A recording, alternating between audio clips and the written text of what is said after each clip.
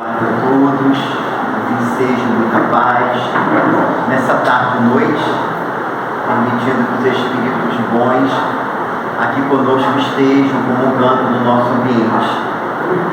É muito bom estarmos de retorno a esta casa depois de algum tempo, sem virmos aqui ter os nossos companheiros. É uma alegria retornar e rever corações amigos que aprendemos a respeitar pelo trabalho que realizam.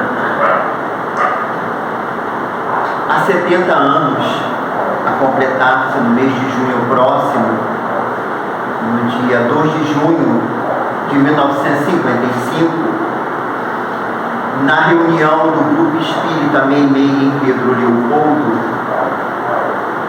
através da mediunidade psicofônica de Chico Xavier, mediunidade psicofônica, para quem não saiba, já que está sendo transmitido, muitas pessoas que podem estar assistindo podem não ter conhecimento, né? É aquela faculdade mediúnica através da qual os espíritos falam utilizando a boca do médium. Não entram no corpo do médium, inspiram, atuam sobre seus órgãos fonadores e falam através dele. E através da mediunidade psicofônica do Chico, o espírito Bittencourt Sampaio trouxe uma mensagem ao final da reunião, mensagem intitulada Cristo está no leito. Cristo está no leito. E dessa mensagem nós trouxemos um trechinho, onde Bittencourt Sampaio diz: a civilização de hoje é um grande barco sobre a tempestade, mas enquanto mastros tombam oscilantes e estalam vigas mestras aos gritos da equipagem desarvorada, ante a metralha que incendeia a noite moral do mundo, Cristo está no leito. E nós trouxemos inicialmente esse pensamento de Bittencourt Sampaio, porque, embora essa mensagem tenha 70 anos, nós vivemos ainda estes dias em que os mastros da embarcação terrena parecem estar estalando em meio à tempestade. E muitos imaginam que esse barco está sem uma condução. Merece a gente perguntar a nós mesmos, na condição de espiritistas, será que nós temos também nos permitido envolver nessa opinião, imaginando que a embarcação terrena está sem uma condução?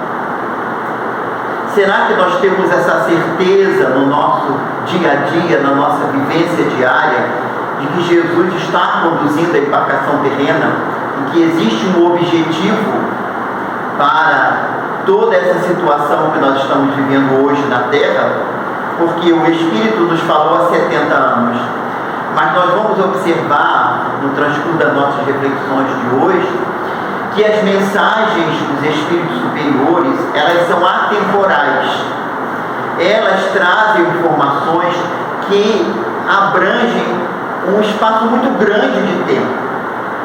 Quando os Espíritos superiores dizem que logo mais as situações estarão transformadas, esse logo mais é um espaço de tempo muito grande, porque o tempo, relativamente à vida espiritual, é diferente do nosso tempo terreno. Então, para que a gente possa ter essa certeza, aqueles que não a têm, de que a nossa embarcação terrena tem um condutor, nós trouxemos aqui alguns trechinhos de um livro que a casa que aqui nós nos encontramos tem o nome desse livro, A Caminho da Luz. Ele foi psicografado por Chico Xavier entre os dias 17 de agosto e 21 de setembro de 1938, portanto, 86 anos completados da psicografia da obra. Foi publicado no ano seguinte, 1939. E neste livro, Emmanuel, que é o autor espiritual, vai dizer que existe uma comunidade de espíritos puros na direção de todos os fenômenos do nosso sistema solar.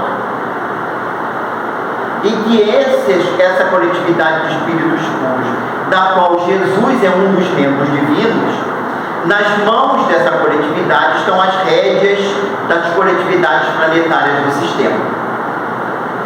Isso em relação ao nosso sistema. E isso existe em todos os sistemas existentes, em todos os mundos habitados pelo universo. E ele vai informar que, naquela época, 86 anos passados, naquele momento, em 1938, pelo que ele pôde captar das tradições do mundo espiritual, essa coletividade de espíritos puros se havia reunido apenas por 2 vezes naquilo que seria a projeção do futuro planeta Terra. Na primeira vez, quando se decidia da formação do planeta, quando se desprendeu da nebulosa solar a massa que formaria a Terra, e a segunda vez, quando se decidia sobre a vida de Jesus ao mundo. Mas diz Emmanuel que existia também uma tradição no mundo espiritual que essa coletividade estava para se reunir por 3ª vez para tomar decisões acerca da nossa coletividade. Encontramos também na informação deste mesmo livro que Jesus, além de ser partícipe dessa coletividade, ele foi não só o responsável pela formação do planeta, a quem Deus entregou a formação do planeta, com uma equipe espiritual que nós não temos como dimensionar, mas também ele é o dirigente espiritual da Terra. Alguns afirmam que era o governador espiritual da Terra. É importante a gente ter em mente o seguinte: segundo algumas referências dos entendidos na área dos cálculos científicos, a Terra existe há praticamente 4,5 bilhões de anos. Jesus já era um espírito puro há 4,5 bilhões de anos. Nós temos condição de imaginar quem é Jesus? Não. Nós não temos condição de entender quem é Jesus. O que nós podemos compreender é que ele é um ser espiritual que transcende a nossa compreensão e em cujas mãos estão as rédeas do nosso órgão. Na época que o livro foi publicado, Emmanuel trouxe uma análise acerca dos momentos em que a Terra estava vivendo. E nós vamos trazer exatamente alguns trechinhos para fazermos uma comparação com uma outra mensagem que Emmanuel vai trazer através do Chico, 10 anos depois desse livro. Para a gente ter uma ideia mais ou menos das circunstâncias que nós estamos vivendo hoje. Então nós vamos encontrar no Caminho da Luz Emmanuel dizendo o seguinte: enquanto as penosas transições do século XX, estamos na primeira metade do século XX, 1938, enquanto as penosas transições do século XX se anunciam ao tinido sinistro das armas, as forças espirituais se reúnem para as grandes reconstruções do porvir. Aproxima-se o momento em que se efetuará a aferição de todos os valores terrestres para o ressurgimento das energias criadoras de um mundo novo. Isso foi dito há 86 anos. Poderia ter sido dito ontem? Sim, né? Porque embora nós sejamos do século XXI, nós temos ouvido ainda os tinidos das armas. Mas óbvio que Emmanuel está fazendo uma análise da época, porque um ano depois da afirmativa dele através do Chico, teria início a Segunda Grande Guerra Mundial, em setembro de 1939. Então nós vamos ver que na fala de Emmanuel, nesses trechos do livro, essa está na introdução, nós vamos ver que ele faz uma antevisão do que a humanidade estava preparando para si mesmo, ou melhor, havia preparado para si durante tanto tempo e agora o corpo estava por transportar. E ele vai dizer o seguinte: são chegados os tempos em que as forças do mal serão compelidas a abandonar as suas derradeiras posições de domínio nos ambientes terrestres. E os seus últimos triunfos são bem o penhor de uma reação temerária e infeliz, apressando a realização dos vaticínios sombrios que pesam sobre o seu império perecível. Vejamos que Emmanuel nos diz que as sombras possuem o império perecível. Por que o império das sombras é perecível? Porque quando a luz se faz, a sombra desaparece. E ele está a nos dizer aqui que naquele momento histórico as sombras estavam sendo compelidas a abandonar as derradeiras posições de domínio, mas que ela utilizaria de todos os recursos para continuar atuando sob o orbe terreno. Anteriormente, que nós vimos antes na página anterior, no pensamento anterior na introdução, Emmanuel vai dizer que naquele momento, enquanto as nações se armavam, o mundo espiritual se preparava para as reconstruções do porvir. E vai afirmar também que era um momento de aferição de os valores terrestres. Isto é, os valores ético-morais seriam aferidos naquele momento. E agora ele afirma que as sombras estavam chegando aos seus derradeiros instantes. E ele vai continuar dizendo o seguinte: não foi escrito ontem isso, 86 anos. Ditadores, exércitos, hegemonias econômicas, massas versáteis e inconscientes, guerras inglórias, organizações seculares passarão com a vertigem de um pesadelo. A vitória da força é uma claridade de fogos de artifício. Toda a realidade é do Espírito e toda a paz é do entendimento do reino de Deus e de sua justiça. Vejamos que Emmanuel diz que aquelas circunstâncias todas que hoje ainda existem na Terra, passado 86 anos, ele diz que passariam com a vertigem de um pesadelo. E que todos esses tipos de atitudes violentas e agressivas eram como fogos de artifício. Mas que isso passaria, porque a realidade verdadeira é do Espírito e não da matéria. E que o reino de Deus e sua justiça iria se estabelecer em algum momento na Terra. E ele vai dizer o seguinte: o século que passa, estamos no meado do século XX, primeira metade, o século que passa efetuará a divisão das ovelhas no imenso rebanho. O cajado do pastor conduzirá ao sofrimento na tarefa penosa da escolha, e a dor se incumbirá do trabalho que os homens não aceitaram por amor. Ou seja, tudo quanto a humanidade passaria a partir daquele momento, e logo depois, um ano depois, seria a Grande Guerra Mundial, era o resultado de nós, a humanidade, havermos escolhido o caminho que não foi o caminho do amor. Qual foi o caminho do amor que foi apresentado para todos nós? O Sermão da Montanha que Jesus nos trouxe, as bem-aventuranças. E qual foi o caminho que nós, a humanidade, escolhemos? O Sermão Profético.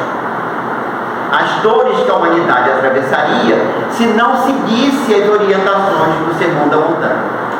Foi o que nós escolhemos para a nossa realidade.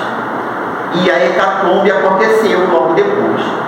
E ele vai dizer assim: uma tempestade de amarguras varrerá toda a terra. Os filhos da Jerusalém de todos os séculos devem chorar. Jerusalém aqui representando a humanidade, tá? Não é a Jerusalém física, onde até hoje se encontram os conflitos. Contemplando, os filhos da Jerusalém de todos os séculos devem chorar, contemplando essa chuva de lágrimas e de sangue que rebentarão das nuvens pesadas de suas consciências enegrecidas. Vejamos, as dificuldades que a humanidade iria atravessar naquele meado de século XX era o resultado de tudo quanto as consciências humanas haviam preparado para si, encarnados e desencarnados. E aonde nós encontramos isso? Em nosso lar. Quando André Luiz questiona Ulisses, quando a guerra começa, qual é o questionamento dele? Não poderia ser impedida? E o que ele vai dizer? Que o mundo espiritual havia feito tudo, mas que o corpo havia transbordado. Ou seja, o que a humanidade tinha vindo plantando desde épocas imemoriais, agora estava começando a cair sobre sua própria cabeça.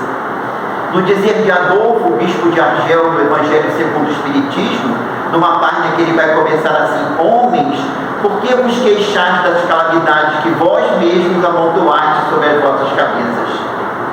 Ouvidaste a santa doutrina do Cristo, não vos espanteis que a iniquidade cresça de todos os lados. Isso foi dito por volta de 1862. E nós estamos vendo isso hoje. E Emmanuel fala dessa tempestade, né? E vai dizer: vive-se agora na terra um crepúsculo, um entardecer, ao qual sucederá profunda noite. E ao século XX compete a missão do desfecho desses acontecimentos espantosos. E aí a gente poderia dizer: nós estamos no século XXI. Já passaram mais de 20 anos do início do século XXI. Será que alguma dessas coisas que Emmanuel nos trouxe acerca das transformações que a humanidade atravessaria, será que o benfeitor espiritual se equivocou? Certamente que ele não se equivocou. Porque Emmanuel, em todos os momentos da sua tarefa através de Chico Xavier, ele sempre demonstrou uma extrema lucidez, uma extrema fidelidade ao pensamento de Jesus e de Allan Kardec. Por ser uma entidade superior, ele certamente não se equivocou, tanto assim que um ano depois a Segunda Guerra começa, e de 39 a 45 o mundo mergulha numa das maiores hecatombes que a humanidade conheceu. Até o ápice da detonação das duas bombas atômicas em Hiroshima e Nagasaki. A utilização da energia nuclear, que foi descoberta para benefício da humanidade em detrimento da própria humanidade. Então o que aconteceu? Se ele não se equivocou, o que aconteceu? Será que de alguma maneira nós, né? Será que de alguma maneira nós, como coletividade humana, interferimos nesse plano do mundo espiritual? Será que é possível uma interferência, um atraso por responsabilidade coletiva? Nós vamos ver isso mais à frente.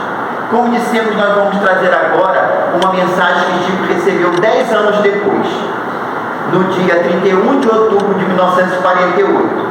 Então, em 21 de setembro de 38, ele termina o Caminho da Luz.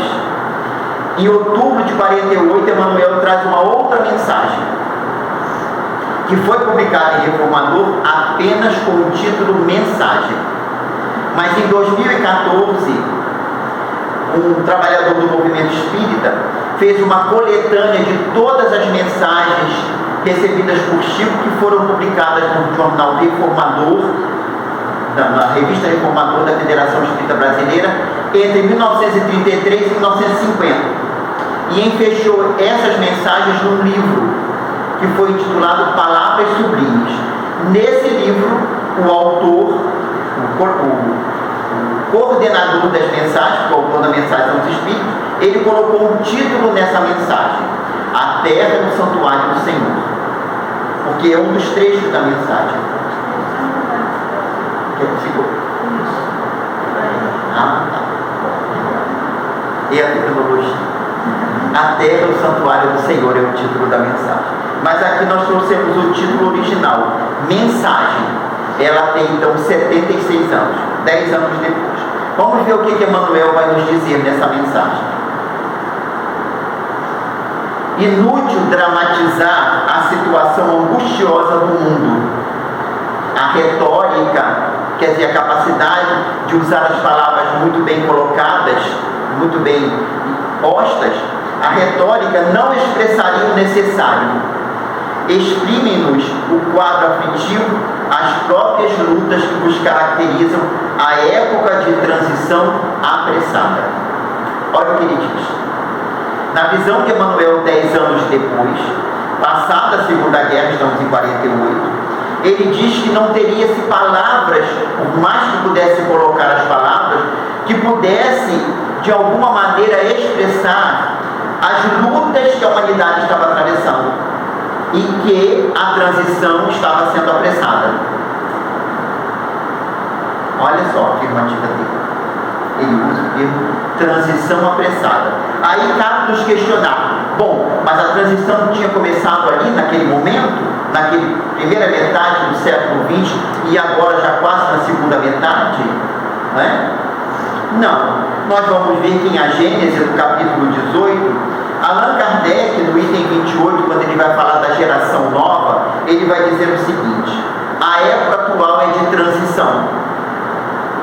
A Gênese foi publicada em 1868. Então, naquele segunda metade do século XIX, Kardec já declarava que aquele século, ou aquela época, era a época de transição. Significa dizer que a transição é um período longo,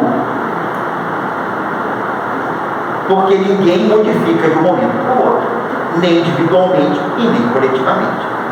Confundem-se os elementos das duas gerações, que ele vai falar da geração nova e da geração antiga. Colocados no ponto intermédio, assistimos a partida de uma e a chegada da outra, já se assinalando cada uma no mundo pelos caracteres que lhes são peculiares. Então ele vai mostrar as duas, a geração nova e a geração antiga. Aí muitos acham assim, bom, a geração nova é aquela que nasceu depois, e a antiga que já tinha nascido. Será? E a gente vê isso muito hoje, né? Se generaliza dizendo que todo mundo que está nascendo hoje já é parte da geração nova, que vai mudar a humanidade. Mas a gente precisa ver o que muitos dos novos estão fazendo, né? Então vamos ver quais são as características apresentadas por Kardec que os guias da humanidade lhe trouxeram acerca da geração nova. A nova geração, o que caracteriza ela? Inteligência e razão geralmente precoce, juntas ao sentimento inato do bem e às crenças espiritualistas. Então vejamos, inteligência e razão. Inteligência é uma coisa, razão é outra. A razão significa bom senso, capacidade de analisar com justeza e utilizar a inteligência de forma saudável. Será que todos que estão nascendo na geração nova, no sentido físico, têm essas condições? Não tem.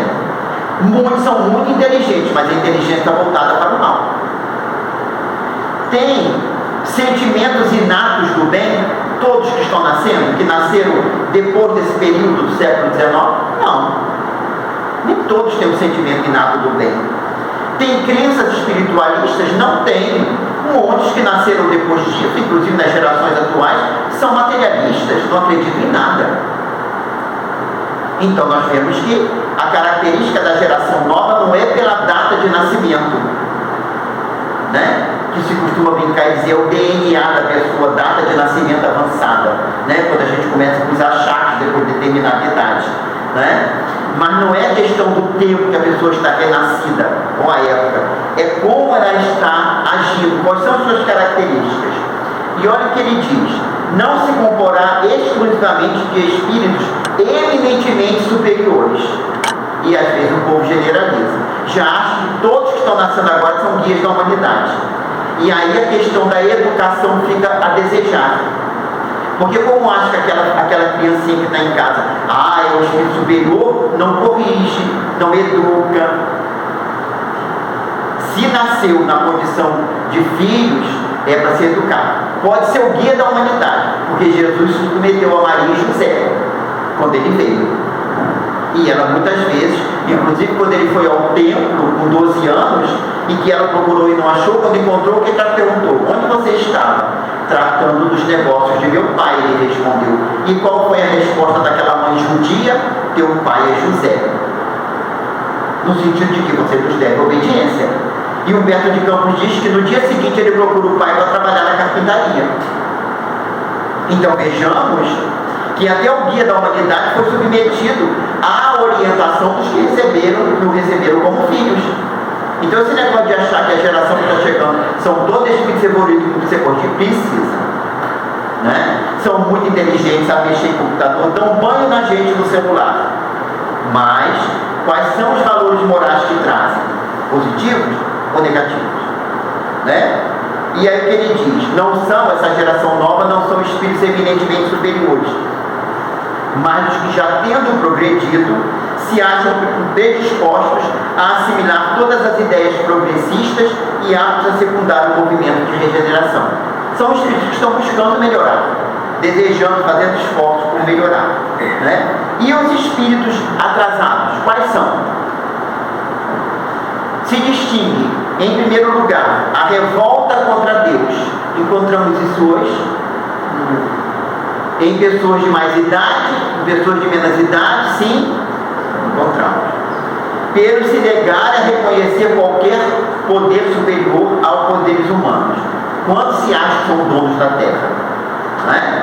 Que não tem nada acima deles, mas tem, né? A propensão instintiva para paixões degradantes, sentimentos antifraternos de egoísmo, orgulho, inveja, ciúme, apego a tudo que é material, a sensualidade, a cupidez e a avareza. A ganância e a avareza. Existe isso hoje na geração mais antiga, no sentido cronológico? Existe. Mas na geração de moços também existe? Existe. Então a gente está vendo que, espiritualmente falando, geração nova e geração antiga não é na idade cronológica, é nos valores que o Espírito traz. E prossegue Kardec nos dizendo, né, acerca dessa questão. Desses vícios é que a terra tem que ser expurgada pelo afastamento dos que se obstinam em não emendar-se. Esse expurgo, isso foi dito no século XIX, ainda está acontecendo. Como é que é feito esse expurgo? Um cataclismo geral? Não. Na medida que vai desencarnando, não procurou melhorar, não procurou progredir, vamos renascer em outra escola. Na medida que a escola vai mudando as suas séries e já não vai tendo mais a série correspondente a esses tipos de desvalores, vai ser para outro lugar onde tem. Mas isso é com o tempo, né? E aí, vamos voltar a Emmanuel na mensagem de 1948, porque isso aqui foi para mostrar a questão da transição que ele falou que é apressada, não é? Ele vai dizer assim: durante séculos, o plano superior aguardou a deliberação do homem aqui criatura humana, tá? Nos setores da edificação espiritual. Missionários e arautos de todos os matizes se fizeram sentir em todos os climas. Entretanto, a ambição insaciável e a vaidade escura, aliadas ao orgulho e à discórdia, abafaram-lhe os apegos. O sacerdócio, disputando o principado terrestre, não conseguiu preservar os valores do templo, e vemos que a ignorância e a ociosidade atrasaram o relógio do planeta. Então Emmanuel afirma que houve um atraso no relógio evolutivo do planeta em razão da vaidade, da ambição, do orgulho, da discórdia, né? Que durante muitos séculos vieram mensageiros em todas as áreas, na área da ciência, da filosofia, da religião, do conhecimento, que vieram demonstrar o que se deveria fazer e exemplificaram, mas a humanidade preferiu não seguir, coletivamente falando, salvadas as exceções, obviamente, né? Nós estamos falando aqui dentro da individualidade coletiva. E ele diz que o sacerdócio disputou o principado terrestre. Obviamente, o sacerdócio aqui não é só de um segmento religioso. É uma advertência para nós que estamos vinculados ao pensamento religioso, que quando o pensamento religioso se vincula aos pensamentos transitórios da Terra, principalmente a política, nós nos perdemos. Quando se começa a utilizar, muitas vezes, a tribuna ou o púlpito, ou seja lá o que for, onde se faz a pregação religiosa para questões políticas, a gente está se desvirtuando do caminho, para atender a interesses materiais, para não perder benesses, para não perder convênios. Então se fala palavras agradáveis, mas não se diz aquilo que se deve dizer, que o Evangelho diz. Então é o que ele diz aqui. Não conseguiu preservar os valores do templo. Não é do templo material, gente. Os valores do templo quais são? Caridade, benevolência, indulgência, perdão, misericórdia, compaixão, trabalho no bem.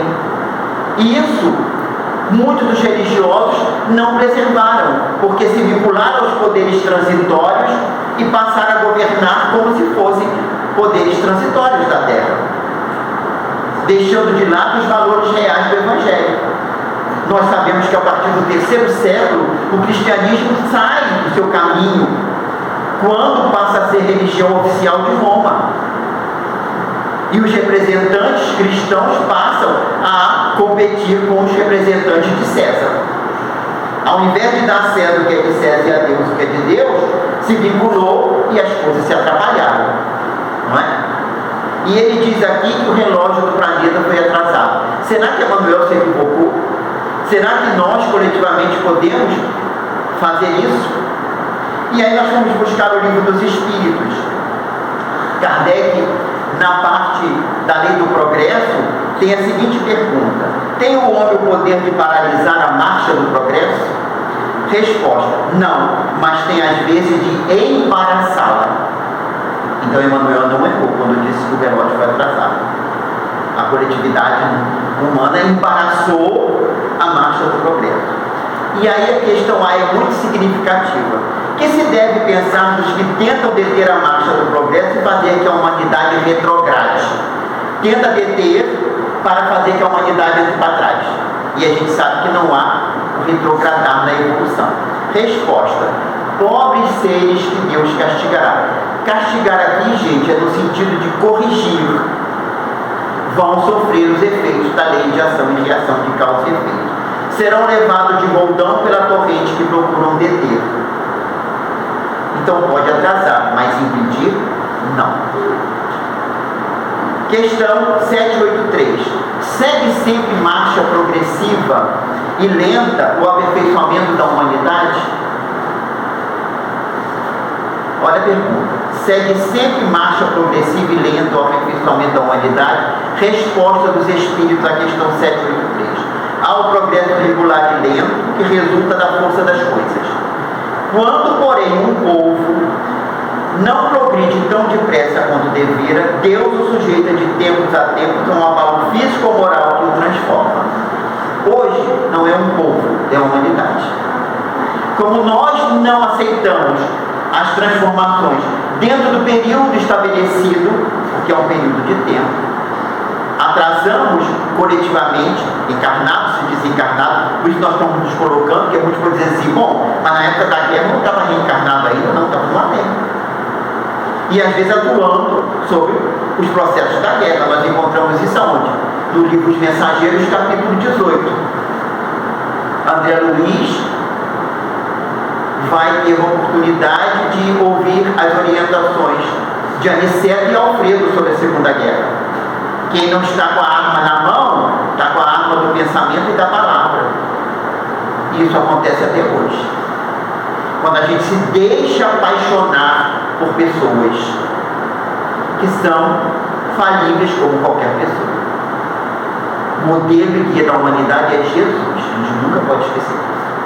E aí a gente vê que quando a marcha começa a emperrar, vem um abalo para fazer caminhar. E agora um abalo é coletivo. E aí, a questão 784 é interessante porque às vezes nós vemos isso muito, pessoas trazendo essa colocação. Bastante grande é a perversidade do homem. Não parece que, pelo menos do ponto de vista moral, ele, em vez de avançar caminho aos recuos, a gente às vezes ouve isso, né? E parece que a humanidade está andando para trás. Não ouvi isso. De vez em quando eu escuto alguém falar isso. Resposta: enganas-te. Observa bem o conjunto e verás que o homem, criatura humana, se adianta, pois que melhor compreende o que é mal e vai dia a dia reprimindo os abusos. Faz-se mistério que o mal chega ao excesso para tornar compreensível a necessidade do bem e das reformas. É o momento que nós estamos vivendo. O mal está chegando a um momento que ninguém aguenta mais.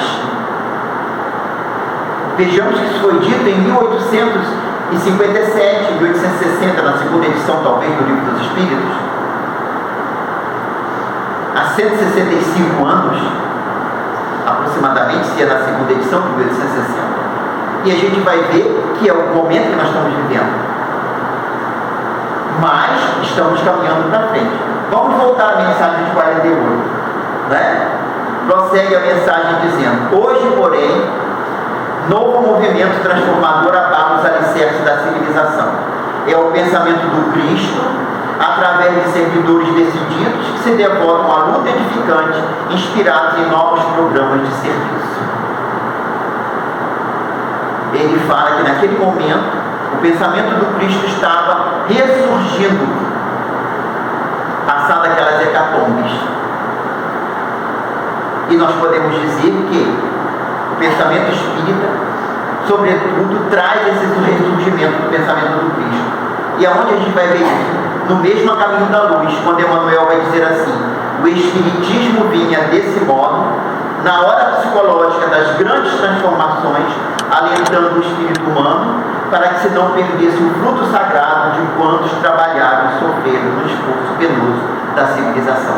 Ou seja, a mensagem espírita chega na hora certa, quando a humanidade estava nos questionamentos entre ciência e religião. A religião tradicional não conseguindo explicar as aparentes divergências diante da justiça divina, e a doutrina espírita chega na hora certa para mostrar à humanidade que existe um comando maior comandando as existências no sentido coletivo, comandando o órgão onde nós estamos renascidos, a escola onde nós renascemos. E Emmanuel, no mesmo caminho da luz, vai afirmar: convenhamos que o esforço do Espiritismo é quase superior às suas forças, suas próprias forças. Mas o mundo não está à disposição dos ditadores terrestres. Isso está em A Caminho da Luz, 1938.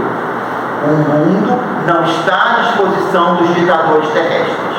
E prossegue ele: Jesus é o seu único diretor no plano das realidades imortais. E agora que o mundo se entrega a todas as expectativas angustiosas, os espaços mais próximos da Terra se movimentam a favor do restabelecimento da verdade e da paz a caminho de uma nova era. Então, enquanto o mundo se preparava para a Segunda Guerra, o mundo espiritual estava trabalhando para os tempos de paz no futuro. Hoje acontece isso também. Enquanto o mundo se prepara nessas retóricas de gabinete, prenunciando as situações, o mundo espiritual está trabalhando. E nós não podemos esquecer que no livro Consolador, Emmanuel vai nos ser indagado acerca da figura do anticristo, que hoje a gente vê muito na internet, apontando indivíduos como se fosse o anticristo. E qual é a resposta de Emmanuel acerca do anticristo? O anticristo representa as forças contrárias à mensagem de Jesus, encarnadas e desencarnadas. Então não é uma individualidade. Mas ele completa: mas que não tem supremacia sobre a ação de Jesus, porque seria duvidar da misericórdia de Deus e do poder divino. As sombras não podem suplantar a luz. Por mais que as sombras tentem perturbar a terra, Jesus está no comando, nós não podemos esquecer disso. Mas às vezes nós ouvimos pessoas, inclusive religiosos, e muitos dos que muitas vezes se dizem espiritistas, achando que está tudo solto e que não tem comando nenhum. Mas a gente vê que a informação dos espíritos superiores é diferente. Jesus é o diretor da terra e ele está no comando, e o mundo espiritual está trabalhando para as renovações. Prossegue a mensagem de Chico, recebida por Chico em 48. Por que nós vamos e voltamos? Para a gente ver que as mensagens estão entrelaçadas. E estão entrelaçadas também com o pensamento da codificação. Né? Prossegue Emmanuel: não consagramos o princípio revolucionário elegendo por diretriz absoluta, a não ser aprovando a renovação interior, base de toda edificação legítima em matéria de felicidade humana. Quem acha que os espíritos superiores vêm solicitar para que a gente faça revoluções materiais, estamos enganados. A revolução que o mundo espiritual superior vem nos pedir é de dentro da gente, não é externa, é interna. Não contamos, pois, com a turba indisciplinada ou indiferente, nem indisciplina e nem indiferença, que são os mornos. A indiferença é aquele que é morno.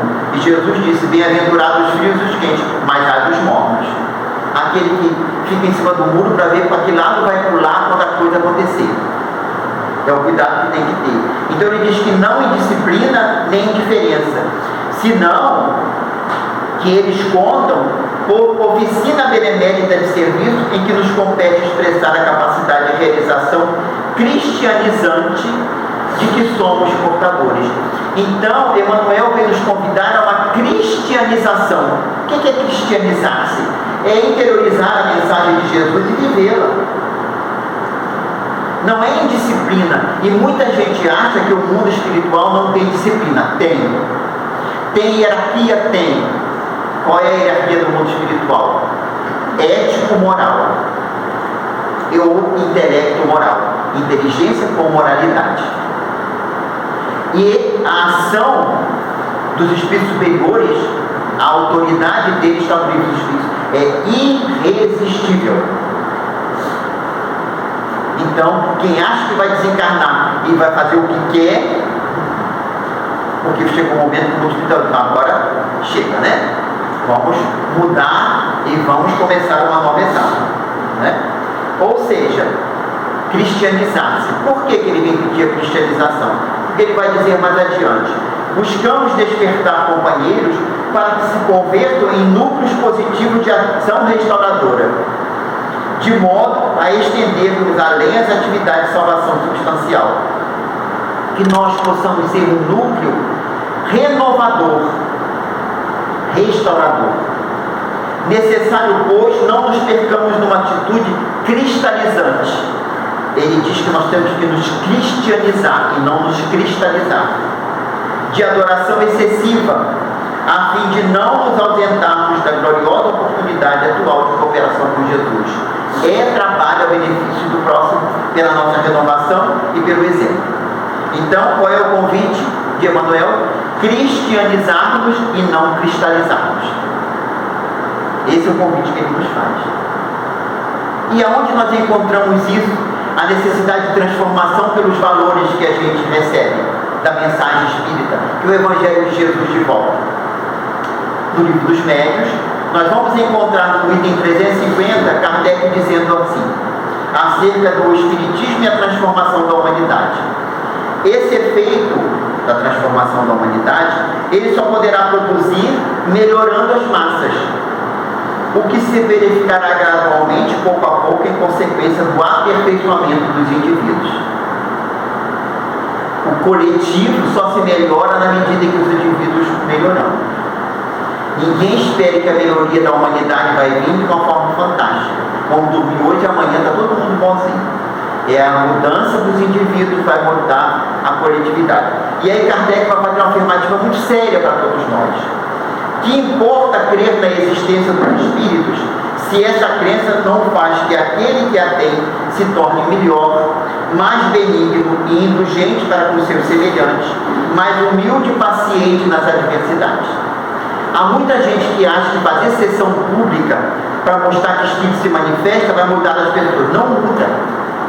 Porque se manifestação dos espíritos mudasse, quando Jesus apareceu depois de morto de volta espiritualmente, a humanidade toda teria se convertido. As experiências do século XIX, início do século XX, de William Crookes, de Ernesto Bozano e outros, mostrando a materialização de espíritos. No século XX tivemos no Brasil Peixotinho, materializando espíritos. Não foi a renovação. Se isso não faz com que a gente entenda a mensagem, e Kardec diz isso, de 10 pessoas que assistem sessões práticas sem conhecer os fundamentos, 9 saem incrédulas. Mas aqueles que estudam as bases, mesmo sem saber ou sem frequentar sessões, sabem se é possível ou não aquilo acontecer. Então ele diz que não adianta a gente acreditar na imortalidade se a gente não se melhora. E ele prossegue: de que serve ao avarento ser espírita se continua avarento? Ao orgulhoso se conserva cheio de si, ao invejoso se permanece dominado pela inveja. Assim poderiam todos os homens acreditar nas manifestações dos espíritos e a humanidade ficar estacionada. Então não é acreditar que o Espírito se manifesta, é usar das mensagens que eles nos trouxeram no convite para a nossa transformação moral e espiritual. E aí, voltando à mensagem de 1948, porque isso é para a gente mostrar como Emmanuel está sintonizado com a codificação, ele vai dizer para nós: em tempo algum da terra, talvez houve tão imenso afluxo de bênçãos em favor da regeneração do homem pelas portas benditas que o trabalho do Senhor nos discerne em todas as direções. Então ele disse em 1948 que nunca como naqueles momentos que nós estaríamos vivendo, tantas bênçãos nós receberíamos para a gente poder se renovar. Mas ele faz uma advertência também. Mas também forçou-se a reconhecer que em outros outras eras o perigo de eclipse total da razão e as ameaças de queda não foram tão iminentes. Se as bênçãos são muitas, a facilidade de cair também é muita. Então, a necessidade de estarmos atentos e sintonizados com o pensamento do Cristo. O serviço desdobra-se infinito, desafiando-nos não somente a nossa capacidade de crer e confiar, mas, acima de tudo, as nossas possibilidades de agir, ajudar e fazer. Não adianta só crer. Não adianta só confiar no mundo espiritual. Temos que fazer a nossa parte. Agir, ajudar e fazer. E aí a gente lembra, quando trouxemos aqui alguns anos atrás, o Paulo e Estevão, as palavras de Abigail para Saulo: ama, trabalha, espera e perdoa. É exatamente isso aqui. É preciso realizar, fazer. E prossegue Emmanuel dizendo: a hora em vista disso é decisiva, porque ou afeiçoaremos o magnetismo de nossa vontade aos desígnios divinos, transformando-nos voluntariamente em satélites do Cristo, satélites que giram em torno, né? Estaremos vinculados ao Cristo, como a luz está vinculada à Terra com a ação magnética, ou gravitaremos em derredor dos gênios da sombra, com a perda de vários séculos do porvir, se não de milênios incontáveis. Não tem mais momento para se ficar no meio termo. Ou a gente procura vincular-se a Jesus e vivermos na órbita da sua mensagem, ou a gente estará vinculado às sombras. E estaremos atrasando a nossa evolução em milênios. É isso que Emmanuel está dizendo aqui, através do Chico, nessa mensagem de 1948.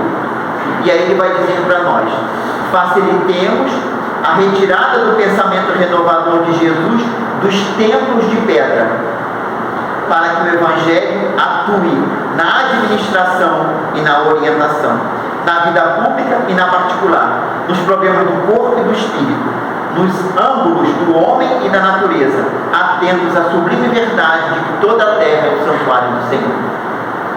O que ele está pedindo aqui?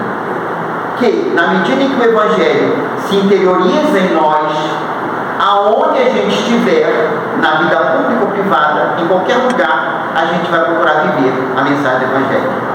Não é levar o Evangelho para a repartição pública, querer doutrinar os companheiros de trabalho ou da tarefa particular. É a gente mostrar como deve viver. A dignidade, a honestidade, o cumprimento do dever, sem fazer alarde, viver cristamente aonde a gente estiver. É nesse sentido. Porque toda a terra é um santuário do Senhor. E sendo um santuário, é um ambiente divino. Não existe lugar sagrado na terra mais do que o outro. E a gente tem essa ideia, né? Que tem que ser sepultado em solo sagrado. Todo o solo da terra é sagrado. É obra divina. Nós não podemos nunca esquecer disso.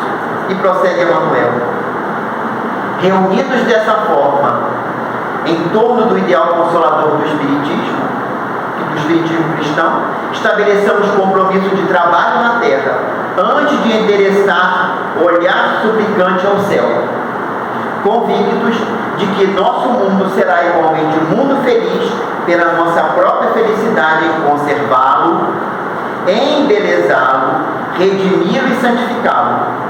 Os apóstolos divinos permanecem apóstolos. Quem são os apóstolos divinos? Os espíritos luminosos prepostos do Cristo. Mas ele vai dizer: entretanto, não poderão influenciar no campo da matéria que vos diz respeito sem os vossos braços. Nós precisamos ser a extensão da mão dos bons espíritos. Aí muitos poderiam dizer: mas é uma presunção. Não, não é. Porque se nós podemos, por vigilância, ser mãos das entidades perturbadoras, por que não podemos ser mãos das entidades boas, saudáveis e nobres? Depende da gente, não é? E sair dessa ideia contemplativa e assumirmos o trabalho do bem aonde a gente estiver. Não acreditemos, diz Emmanuel, em paz ambiental, né? Paz que envolve o ambiente, sem paz dentro de nós mesmos. Aí a gente lembra da música, né? A paz do mundo começa em mim, a música do Nando Cordel. Não existe paz no ambiente sem a paz íntima dentro de nós mesmos. Não admitamos direitos sem deveres. Hoje a gente vê muitas pessoas gritando por direitos, mas e o cumprimento do dever? Aonde está?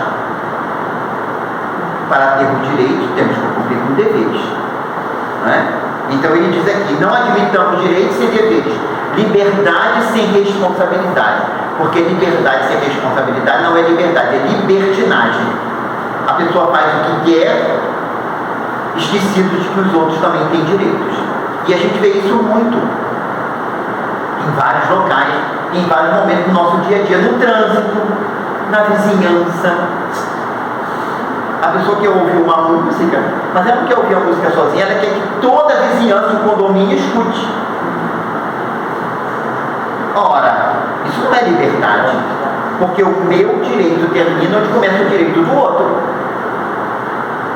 Não é? Então a gente às vezes esquece isso, dessa necessidade que a liberdade vem com responsabilidade.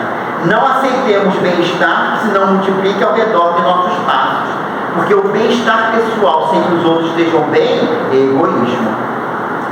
Não é? Compreendendo a impropriedade de qualquer exigência em favor da reforma do vizinho, se não nos reformamos para irradiar o bem que nós mesmos buscamos. A gente quer muito mudar o outro, mas a mudança do outro depende da mudança nossa, pela nossa vivência. Não é? Já estamos quase fechando. Está correndo, o relógio está correndo na minha frente e eu estou correndo atrás dele. Vamos lá. Não prestemos crédito, né? E aqui nós fechamos o pensamento de Emmanuel nessa mensagem 48. Não prestemos crédito ao repouso falso que busca a tranquilidade à distância do trabalho intensivo, orientado na felicidade comum, porque à presente altura de nossos conhecimentos evangélicos, ele disse isso há 76 anos, à presente altura dos nossos conhecimentos evangélicos, é impossível estejamos à espera de afastamento das cruzes benéficas com que seguimos ao encontro do Senhor, quando devemos saber que a cruz é uma honra para aqueles que já não devem, nem mais podem improvisar madeiros de tormento aos próprios irmãos dos círculos evolutivos. Quem quiser seguir após mim, disse Jesus, tome a sua cruz e siga-me, e não ser uma cruz para o outro. É o que ele diz aqui. A nossa conduta não deve ser sofrimento para o outro, mas nós devemos aceitar aquela que diz respeito a nós nas nossas necessidades evolutivas. E aí, voltando ao caminho da luz, da comunidade de espíritos puros, que Emmanuel disse que se reuniram até então, em 1938, 2 vezes apenas, quando a formação da Terra e quando a vinda de Jesus, ele diz, haveria uma terceira reunião programada para decidir novamente sobre os destinos da Terra. E nós questionamos, será que essa reunião já aconteceu? Passados 86 anos? Não sabemos. Mas quando nós analisamos a mensagem de Emmanuel 10 anos depois, temos a impressão de que eles devem ter se reunido, né? Porque pelo que Emmanuel fala 10 anos depois, dá a impressão de que, bom, agora não tem jeito, tem que as transformações ocorrerem. Houve um atraso, mas agora as circunstâncias precisam acontecer. E fechamos o nosso pensamento voltando à mensagem de Bittencourt Sampaio, recebida por Chico Xavier em 2 de junho de 1955, há 70 anos, do Grupo Espírita Meimei, porém trazendo agora um trechinho um pouco maior, já que ele vai se dirigir mais especificamente a nós espíritas, dizendo assim: Espíritas, com Allan Kardec, retomaste o fasto resplendente da Boa Nova que jazia eclipsado nas sombras da Idade Média. O que ele está dizendo aqui? Que a mensagem espírita é o Evangelho de Jesus de volta, que foi ensombrado a partir da Idade Média pelo acréscimo de coisas que não dizia respeito à mensagem de Jesus, e que a mensagem espírita é essa mensagem de volta. Compreendamos nossa missão de obreiros da luz, cooperando com o Senhor na construção do mundo novo. Não ignoraste que a civilização de hoje, que é o trecho que nós trouxemos no início, é um grande barco sobre a tempestade, Mas enquanto mastros tombam oscilantes e estalam vigas mestras, aos gritos da equipagem desarvorada, ante a metralha que incendeia a noite moral do mundo, Cristo está no leme. Que tenhamos essa certeza. A embarcação terrena está sendo conduzida pelo Cristo. Nós estamos no momento de aproveitar essa nossa existência, essa nossa atual encarnação, porque é a melhor de todas, porque o que passou não tem como a gente voltar, mas nós temos como corrigir agora, preparando amanhã, que possamos aproveitar ao máximo, aproveitando o conhecimento que o Espiritismo nos traz para a nossa transformação moral, para que um dia possamos estar na Terra renovada, que é o resultado do trabalho coletivo de todos, daqueles que trabalham vinculados ao pensamento do Cristo. Que Ele nos guarde e nos seja